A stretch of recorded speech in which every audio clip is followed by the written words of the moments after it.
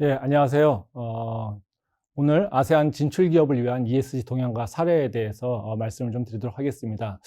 저는 지금 경희대학교 무역학과에 있는 최영준 교수입니다. 제 전공은 국제무역 전공이고요. 그리고 또 GVC 관련된 연구를 계속 진행해 왔고요. 또 아세안 지역에 관심을 갖고 있어서 그쪽 분야의 연구를 하고 있습니다. 그러다 보니까 요새 이슈가 되는 ESG 동향, 또 특히 아세안 지역에 대한 지역에서도 중요해지고 있는 분야에 대해서 여러분에게 말씀을 좀 드리게 된 것 같습니다. 오늘 제가 준비한 목차는요, 중소기업인데 ESG 준비해야 되는가, 이런, 첫 번째, 간단하게 말씀을 드리고요. 또 ESG 활동이 어떻게 진행되고 있는가, 그리고 이 아세안에서의 ESG 동향은 어떻게 되고 있는가, 그리고 아세안에서 일어나고 있는 ESG 사례를 통해서 우리가 좀 배울 게 뭔가, 그 시사점을 간단하게 좀 살펴보도록 하겠습니다. 그러면 먼저 가장 크게 먼저 중요한 문제는 중소기업인데 ESG 준비해야 하는가? 이 부분에 대한 질문에 대한 답을 해야겠죠. 그러면 우리가 생각하기에는 중소기업은 다 예외로 되는 거 아닌가? ESG는 대기업만 하는 거 아닌가? 이런 생각을 많이 합니다. 근데 이제 ESG가 예전에는 그냥 시장에서의 윤리, 경영, 이런 걸로 되어 있었지만, 이제는 법제화가 되고 있습니다. 그래서 이제 기업들이 강제로 ESG 그 활동에 대해서 실사를 받아야 되고, 그거에 대해서 평가를 하게 된다라는 거죠. 그러니까 그게 가장 대표적으로 ESG에 관련된 법제화가 가장 많이 있는 것이 EU입니다. 그래서 2022년도, 금년도 2월 23일에 EU 기업의 지속가능성 실사법이 채택이 됐습니다. 거기에서 어떤 기업들이 ESG 실사를 받아야 되는가, 또 어떤 것들이 ESG 관련된 활동인가, 이런 것들에 대해서 규정을 해놨습니다. 그래서 그 EU 기업의 지속 가능성 실사 지침안에는 크게 이제 그룹 1과 2, 그리고 EU 기업과 EU의 법인을 둔 비EU 기업, 이렇게 나눠져 있습니다. 그래서 그룹 1은 대기업이고요. 그래서 그리고 그룹 2는 중견기업이라고 할 수 있고요. 그렇지만 섬유라든가 농업, 광업 등 고위험 섹터에 있는 중견기업이라고 얘기할 수 있습니다. 이 EU 기업들은 당연히 다 여기에 들어가게 되면 그 적용을 받게 되는 거고요. 근데 여기서 중요하게 이제 우리나라 중소기업들 입장에서 보게 되면 나는 EU 기업도 아니고 EU의 법인도 없어. 그렇기 때문에 나는 상관이 없을 거야. 이렇게 생각할 수 있다는 거죠. 근데 이 ESG 실사에는 어떤 조항이 있냐면요. 그 공급망 실사까지도 다 해야지 된다라는 거죠. 그래서 EU 기업에 수출하는 중소 중견기업도 ESG 준수 사항을 인증 보고해야 된다는 겁니다. 즉 우리가 베네똥 기업에 내가 베네똥이라고 하는 기업의 하청업체다. 내가 공급을 한다라고 하면 베네똥이라고 하는 기업이 ESG 실사를 할 때 우리 기업들의 상황도 된다는 거죠. 그래서 우리 기업들이 문제가 될 경우에는 우리에게 우리랑 거래하고 있는 그 대기업에도 영향을 미친다는 겁니다. 그렇다면 이제 대기업이 영향을 받게 되면 중소기업이나 하청기업의 영향을 받게 되면 그 기업도 피해를 보게 되는 것이죠. 그러니까 당연히 그 대기업에서는 앞으로 중소 중견기업들에 대해서 ESG에 대한 현황들을 조사하게 된다는 겁니다.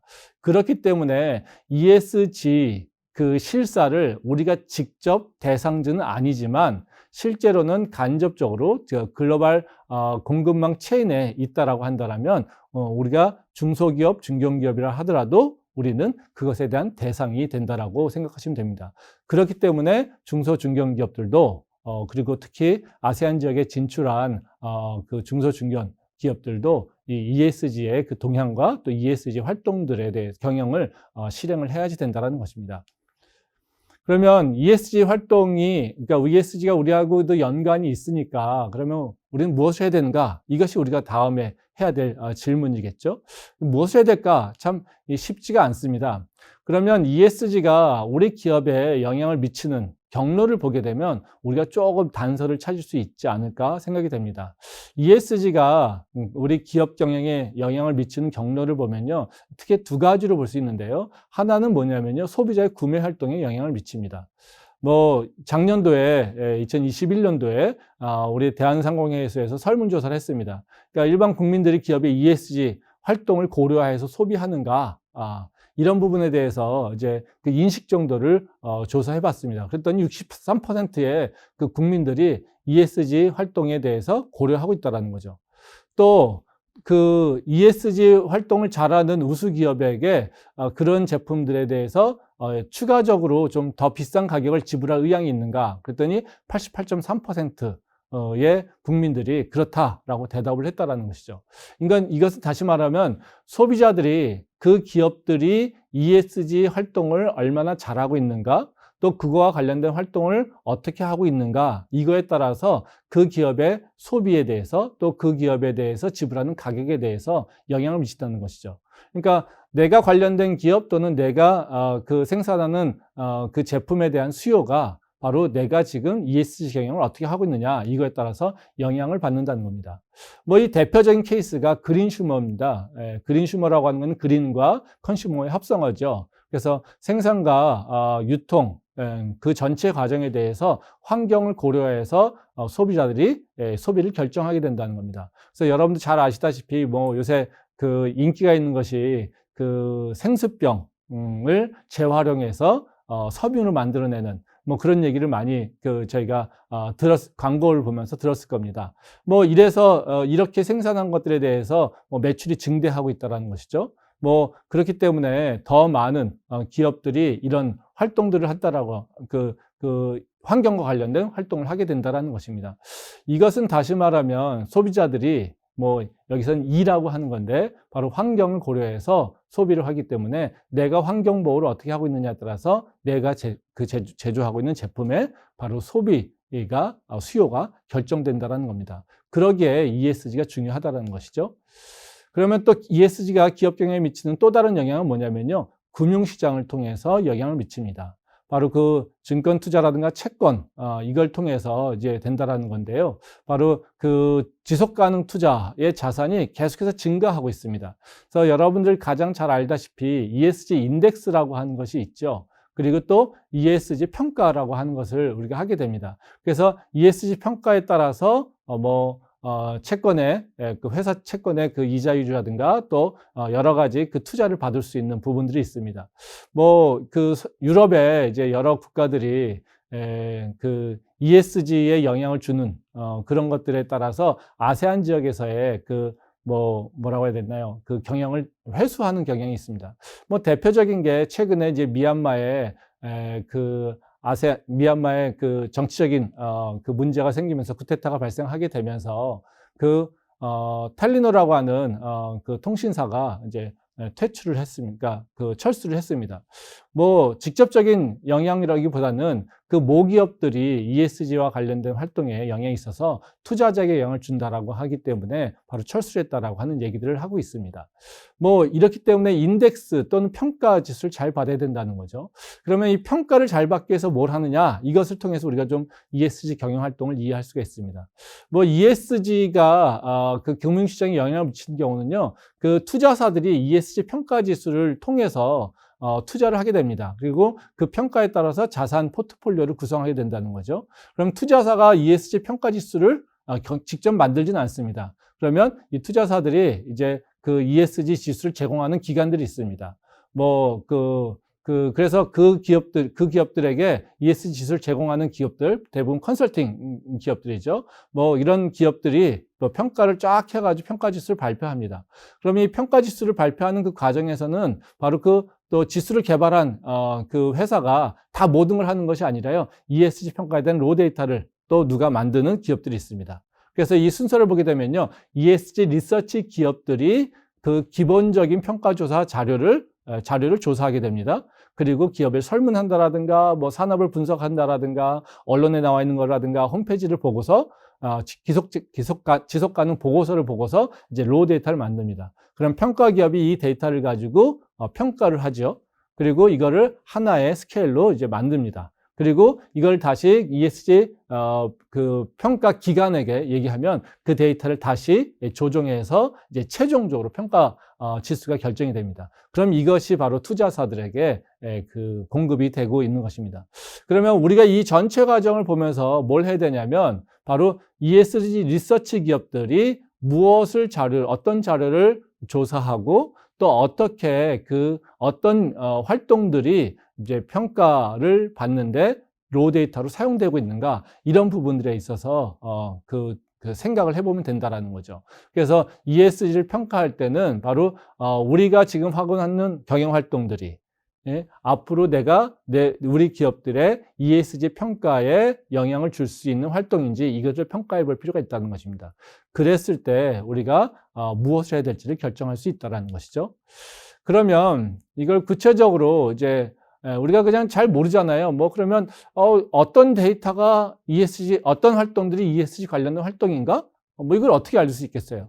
예, 그거 잘 모르잖아요. 그래서 이제 만들어낸 것이 이제 텍소노미라고 하는 것. 예, 뭐 어려운 말 같지만요, 그냥 분류 체계입니다. 그러면 어떤 활동은 ESG 활동으로 인정해 준다라고 하는 것을 이제 기준을 만든 겁니다. 그래서 가장 먼저 EU 텍소노미가 만들어졌어요. 이게 EU 텍소노미는 환경과 관련된 겁니다. 그러니까 ESG에서 E와 관련된 것이죠. 그래서 녹색 경제 활동에 인정되는 목록을 다 분류했습니다. 그래서 그런 부분들을 만들었고요. 얼마 전에 이제 한국도 한국형 녹색 분류 체계 가이드라인을 만들었습니다. 그래서 이제 K 텍소노미 이렇게 얘기를 합니다. 그러면 여기서도 EU 텍소노미가 가장 먼저 만들어서 이것을 기준으로 해서 뭐 한국형도 만들고요. 또 뒤에 보면 아세안도 만들게 된다라는 거죠. 그러면 요 구조를 보게 되면요, 우리나라 같은 경우에는 이 한국형 K 텍소노미 같은 경우에는요, 바로 목표가 있고요. 그리고 그것에 합당한 인정할 기준을 파악하는 여러 절차가 있다는 것이죠. 그래서 우리나라 같은 경우는 뭐 온실가스 감축이라든가 기후변화에 적응한다라든가 물의 지속 가능한 보전, 자원을 순환하는 것, 또 오염을 방지하는 것과 관리하는 것, 그리고 생물 다양성을 보존하는 것과 관련된 활동이라고 하는 것을 이렇게 인크리지 하는 것에 목표가 있습니다. 그래서 이것을 다 하는 것이 아니라요, 이제 4단계 기준을 통해서 보게 됩니다. 뭐 활동 기준, 인정 기준, 배제, 보호 기준, 이걸 통해서 이렇게 차례차례 결정이 된다는 거죠. 그래서 여러분들이 이 기준을 보면서 내가 하는 활동들을 평가할 수가 있다는 겁니다. 그러면 EU에 또 이제 S와 관련된 건데요. 뭐 EU에서도 이제 노동과 환경, 노동 인권 뭐 관련된 것들은 이제 소셜 텍소노미라고 하는 것이 발전되어 있습니다. 그래서 이것은 여러분들이 똑같은 방식인데요. 어떤 활동들이 노동의 인권과 관련된 활동인가? 또 이것들을 어떻게 해야지 이제 ESG의 분류 체계에 들어가는가, 이것을 기준으로 만들어 놓은 것이 바로 EU 소셜 텍소노미입니다. 여기서는 이제 수직적 차원과 수평적 차원을 가지고 얘기를 하는데요. 바로 이제 인간의 기본적 욕구에 대한 것들을, 그러니까 노동자들의 그 욕구를 개선해 주는 것들, 그리고 일자리를 보장해 주는 것들, 뭐 사회를, 그러니까 이해관계자를 존중해 주는 것들. 그래서 이제 수직적 차원과 수평적 차원을 가지고 볼 수가 있습니다. 뭐 한번 이런 보시면 이해할 수 있으니까 자료를 보시면 좋을 것 같습니다. 그러면 아세안에서는 어떻게 되고 있느냐? 뭐 아세안의 현재 지속 가능 발전의 수준들은 되게 낮습니다. 뭐 한국이 28위 정도 되는데요. 다른 나라는 다 되게 낮죠. 그럼에도 불구하고 아세안에서 현재 수준은 낮지만 ESG에 대한 인식은 빠르게 높아지고 있다는 겁니다. 그래서 여러 가지 아세안에서의 ESG 관련된 활동, 그리고 소비자들의 요구가 증대되고 있다고 하는 것을 우리가 좀 기억해야 될 필요가 있습니다.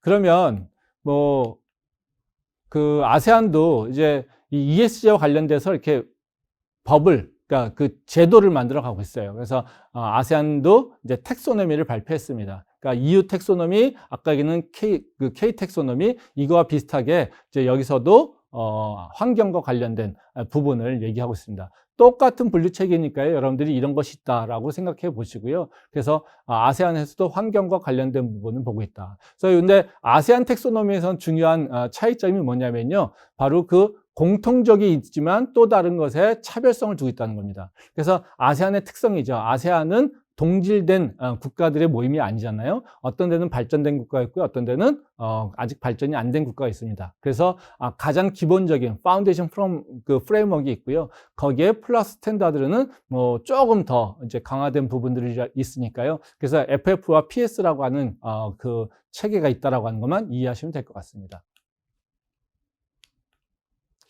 그러면 이제 아세안의 ESG 사례에 대해서 좀 말씀드리겠는데요. 뭐 이게 그 삼성전자가 베트남 그 현지 공장에서 일어났던 겁니다. 뭐 이건 되게 우리한테 중요하다라고 하는 의미인데요. 그 베트남의 그 삼성전자 베트남 공장의 노동 환경이 문제 제기가 됐었죠. 그래서 이게 유엔에 있는 전문가들이 이제 문제 제기를 했었는데요. 그래서 2019년도에 처음으로 이제 삼성전자 베트남 공장에서 노동환경 실사가 이행이 됐다는 겁니다. 그래서 예전에는 문제됐던 것이 이제는 그 노동자들을 위해서 뭐 저런 여러 가지 그 시설이라든가 이런 것들을 개선했다라고 하는 것을 볼 수 있습니다. 그러니까 한국이 아세안에 진출한 기업들이 경우에 저렇게 변화가 돼야 된다는 거죠. 베트남에서 ESG도 많이 활동이 돼 있는데요. 뭐 비나텍스라고 하는 ESG 그 베트남 섬유공사에서 했던 활동도 있고요. 또 이제 글로벌 기업인데 유니레버에서 활동한 것도 있습니다. 제가 뭐 관심 갖는 거는 유니레버 활동인데요. 유니레버가 이제 생활용품들이잖아요. 그래서 환경과 관련된 그 제품과 연관된 공익 캠페인들을 많이 하면서 이제 ESG 활동을 하고 있다는 것이 우리 기업들이 좀 배워야 될 겁니다. 그래서 그냥 단순하게 내가 좋은 것을 하는 것이 아니라 내가 생산하고 있는 제품들과 그리고 공익활동 또는 환경과 S 이런 것과 연결되어 있는 활동들이 뭔가를 찾아볼 필요가 있다는 것이죠.